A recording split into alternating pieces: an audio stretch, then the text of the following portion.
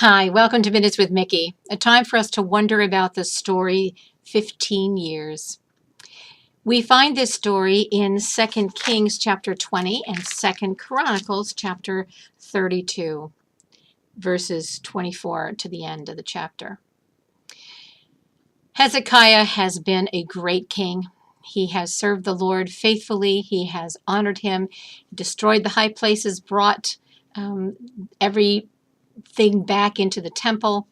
There's been great worship. He trusted the Lord. Even Sennacherib was brought to his knees, the king of Assyria. And we have this wonderful time of peace.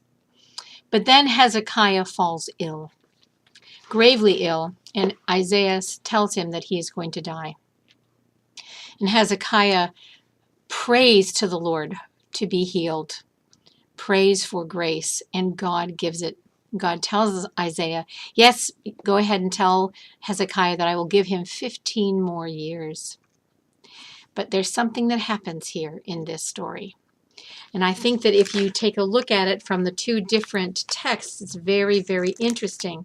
If you go into 2 Kings chapter 20, what it says is that Isaiah is told, he says, take a cake of figs, and they took it and they laid it on the boil, and that's how Hezekiah recovered, with having a healing with a cake of figs. Now, I have to wonder about that.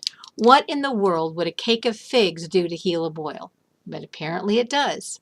And isn't it interesting that when God says to Isaiah, I will go ahead and heal him and I'll give him 15 more years, that it isn't just it is just a miraculous healing without any kind of effort. There was this effort of this cake of figs. I'm just curious about that. Why? Why didn't it just be that Isaiah would tell Hezekiah, you're healed, and then all of a sudden, whoosh, his illness is gone? Well, it didn't happen that way. And then there's something really fascinating, which I think is so interesting. And you get this from 2 Kings chapter 20 and verse 9. Isaiah says, this is the sign, because Hezekiah says to Isaiah, well, what's the sign that I will know that I'm going to get these extra 15 years? And so Isaiah says to him, the sign will be that the Lord will do the thing that he has spoken. And then he says, should the shadow on the sundial go forward or backwards 15 steps? And Hezekiah is the one who says, let the shadow turn backward 10 steps. And so then Isaiah has to pray to the Lord to make that happen. And it happens. Isn't it interesting that there's this little exchange between them, that Isaiah says, what do you want the Lord to do? First of all, Hezekiah says, I want a sign. And Isaiah says, what kind of sign do you want? And then, would you want it this way or do you want it that way? And then Hezekiah says, I want it this way, the hard way. And sure enough, Isaiah prays and it happens that way.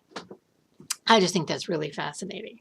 And sure enough, Isaiah is healed. Then it's in 2 Chronicles that we see this. The Lord, in 2 Chronicles chapter 32, verse 24, Hezekiah becomes ill. He prayed to the Lord spoke to him and gave him a sign. That's all that Chronicles mentions. But here's the turning point, verse 26.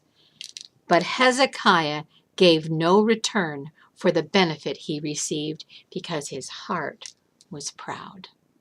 Oh boy.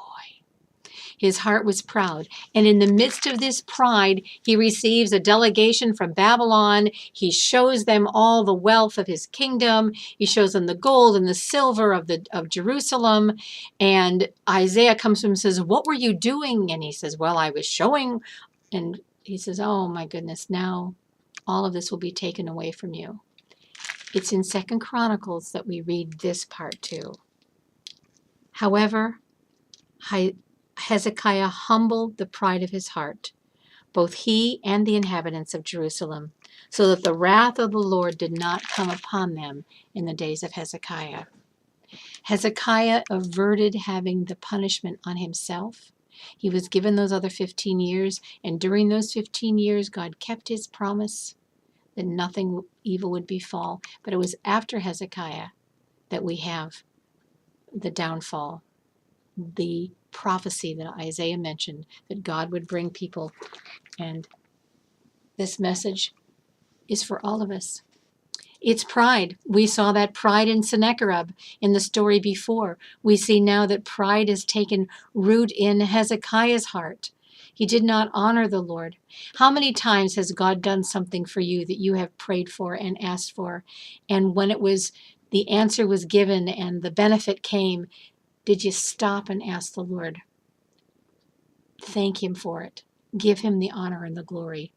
This is something that we should be doing all the time without hesitation. It should be as natural as breathing, so that there is no opportunity for pride to take root in our heart.